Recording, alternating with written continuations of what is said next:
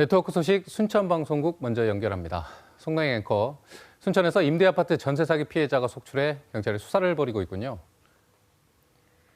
네, 순천에서 전세보증금과 대출만으로 아파트를 사들이는 이른바 무자본 갭투자 방식의 전세 사기가 발생해 경찰이 수사에 나섰습니다. 경찰이 현재까지 파악한 피해 규모는 70여 채인데 이들이 사들인 아파트가 140여 채여서 피해 규모는 100억 원대에 달할 것으로 보입니다. 보도에 이성각 기자입니다. 순천시 조례동의 한 임대 아파트입니다. 10평에서 20여 평에 이르는 비교적 소형 평형으로 모두 2,800여 세대가 살고 있습니다.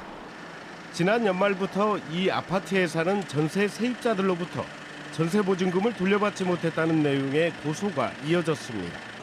전세 사기를 의심한 경찰은 수사에 착수했고 최근 임대사업자 41살 A씨와 A씨 부모, 부동산 중개업자 등을 사기 혐의로 입건해 조사하고 있습니다.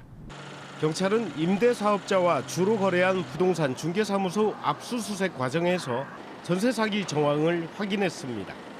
경찰은 이들이 지난 2021년부터 순천시 조례동의 이 아파트를 대출과 전세보증금으로 사들이는 이른바 무자본 갭투자 방식으로 140여 채를 매입한 것으로 보고 있습니다.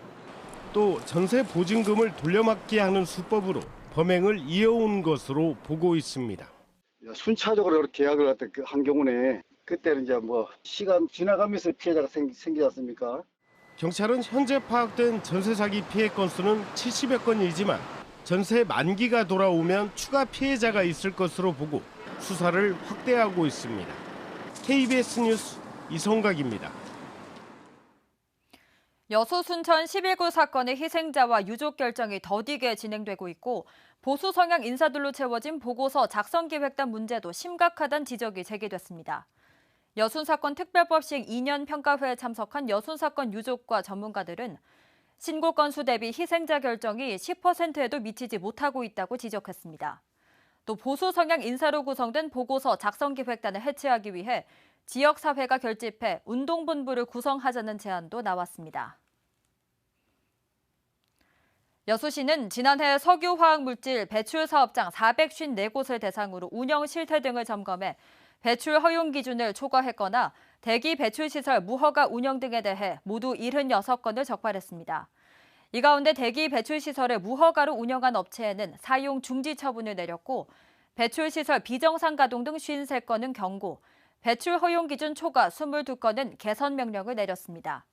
특히 무허가 배출시설 운영이나 비산먼지 발생 억제 조치 미이행 등 9건에 대해서는 검찰에 수사를 의뢰했습니다.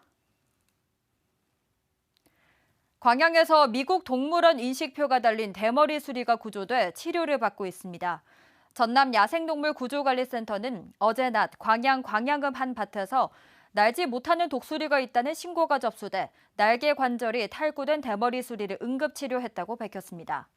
센터 측은 또 발목과 날개에 미국 덴버 동물원 인식표가 있어 해당 동물원에 연락해 정확한 경위를 파악할 예정이라고 덧붙였습니다. 지금까지 순천에서 전해드렸습니다.